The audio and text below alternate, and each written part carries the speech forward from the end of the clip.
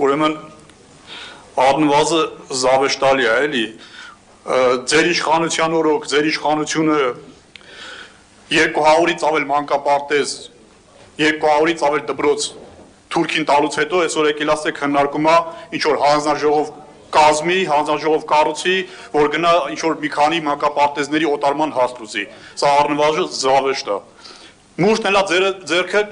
մեղնել, ինչն էր պատճառը, որ այս 7 տարում նամանավանդ 21 թվականից հետո, երբ որ մուրճ ձեռը ձեր քաղաքական ուժի ղեկավարը շրջում էր մարզից մարզ ու ասում էր, այս մուրճով գալու եմ հարցեր ուզեմ, բռնեիք, այս 7 տարում իրավական համակարգը ամբողջը ձեր ձեռքի տակ է, բռնեիք, դատեիք։ Ինչ եք եկել այստեղ շոուներ անում, այս շոուի մասին այսօր ասել հիմա էլ եմ ասում, շոուներ եք անում։ Սա պոպուլիզմ ու դեմագոգիա է,